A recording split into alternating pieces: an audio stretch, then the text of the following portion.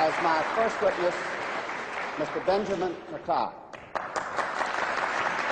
Mr. Netanyahu, welcome to the advocate. Mr. Netanyahu is a graduate of MIT. He is an Israeli, and he is a man who has written widely on this question before the House tonight. Mr. Netanyahu, is the issue of self-determination the core of the conflict in the Middle East? No, I don't believe it is. The real core of the conflict is the unfortunate Arab refusal to accept the state of Israel. And I think, as was mentioned earlier, for 20 years the Arabs had both the West Bank and the Gaza Strip. And if self-determination were, as they now say, the core of the conflict, they could have easily established a Palestinian state then, but they didn't. When did the issue arise then? Well, for 20 years, we didn't hear a word about self-determination. And in fact, what we did hear, those of us living in the Middle East, was about driving the Jews into the sea. Now, after 1967, under the leadership of the PLO, the hardline strategy shifted to adopting a moderate, dressed-up slogan, which now talked in terms of first a secular democratic state and then replaced it with Palestinian self-determination. But what this really means, contrary to what Mr. Aruri said, about 1977 being a changed year in the PLO's objective, let me quote you what the PLO Information Office said in a Dutch paper in 1977, in May 5th. 77? May 5th, 1977, yes. The statement was very simple. Our objective remains the destruction of the Zionist state of Israel. So let's keep in mind that what we're talking about here is not the attempt to build a state, but to destroy one. Do the Palestinians have a right to a separate state? Well, Mr. Jam has been talking about human rights. well, I think that no, I don't think they do, but I think that it's quite instructive that the Palestinians who are invoking the right of self-determination, which is an attribute for separate nations, themselves are the ones who define themselves as part of the Arab nation. Now, no one is denying that there are Palestinian Arabs. There's a very distinguished Palestinian Arab sitting right next to me. But the Palestinians themselves, in the Palestinian National Covenant, the very first article, say that the people of Palestine, quote, are part of the Arab nation. Well, let's look at the Arab nation. It has 21 states, an area roughly the size of the United States, and 1/6 of the entire world's wealth. Now, add to that the fact that there already exists a Palestinian state, and that is Jordan, 60% of whose population is Palestinian. I think it's quite interesting that Yasser Arafat and King Hussein, who are bitter enemies, agree on one thing, that Jordan is a Palestinian state. So what we're talking about is a demand for a 22nd Arab state and a second Palestinian state. What should be done with the Palestinians on the West Bank? There's a problem, so what should be done about it, in your opinion?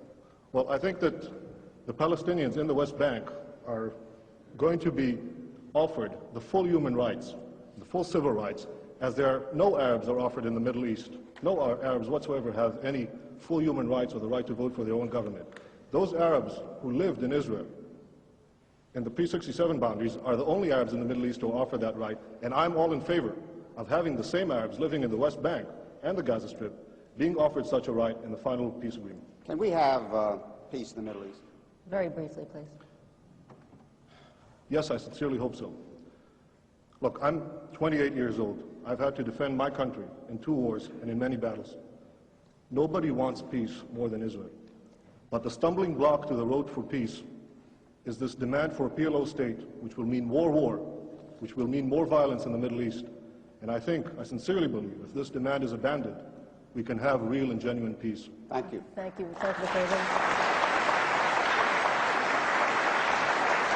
Now we'll go to Mr. Adjani.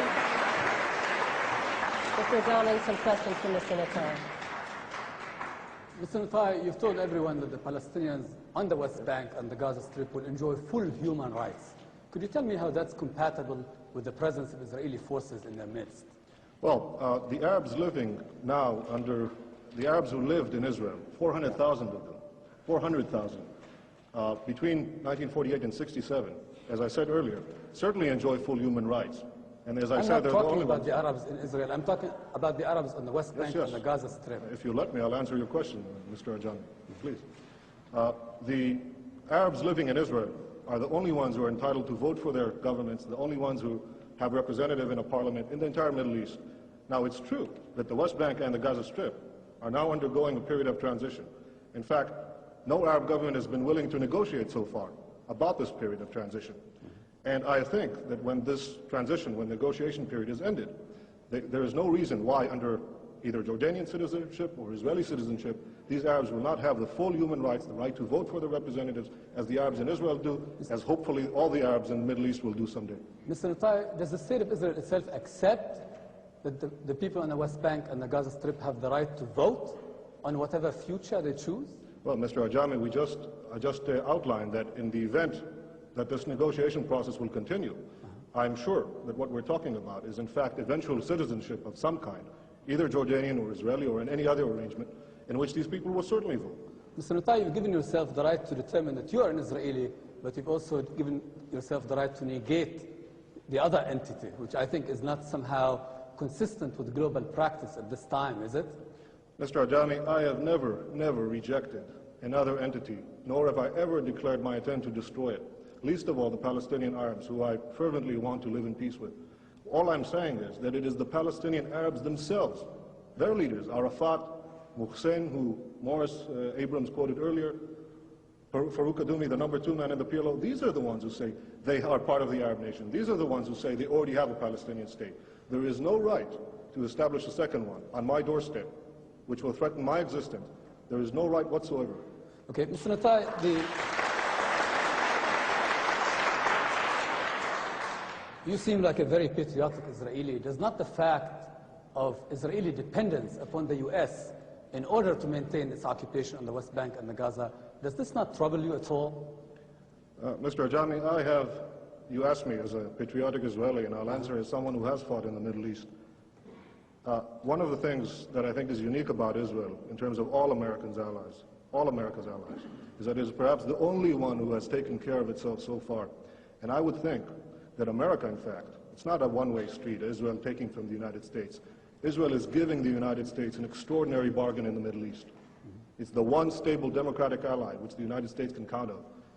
Mr. Netayahu, inasmuch as you're a Zionist and are committed to a Jewish state, given the fact that demographic predictions tell us that there will be an Arab majority within the current borders of Israel, does this not challenge the foundations of the very state which you are committed to?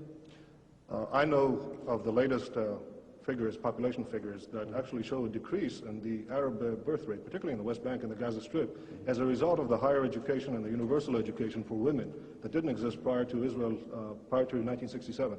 Now, if you ask me, would I reject Palestinians or Arabs living in our midst? Ridiculous. Of course not. They're citizens of Israel. If they... No, I'm talking about the West Bank and Gaza. You see, we're still going back to the core of it. Yes, I agree. Whatever will be the final arrangement, these people should be free to multiply as they wish. I think that it is written in the Bible, multiply and be fruitful. I think these people should have that right. I'm not going to start enforcing a birth control program under any circumstance. Thank you. With that biblical injunction, I will turn to Mr. Abram. One more question to Mr. Netayahu. Mr. Netayahu, since the subject is what should the United States do, may I ask you if you could summarize why, in your opinion, the United States should oppose the creation of a PLO state? I think the United States should oppose the creation of a Palestinian state for several reasons. The first one being that it is unjust to demand the creation of a 22nd Arab state and a second Palestinian state at the expense of the only Jewish state.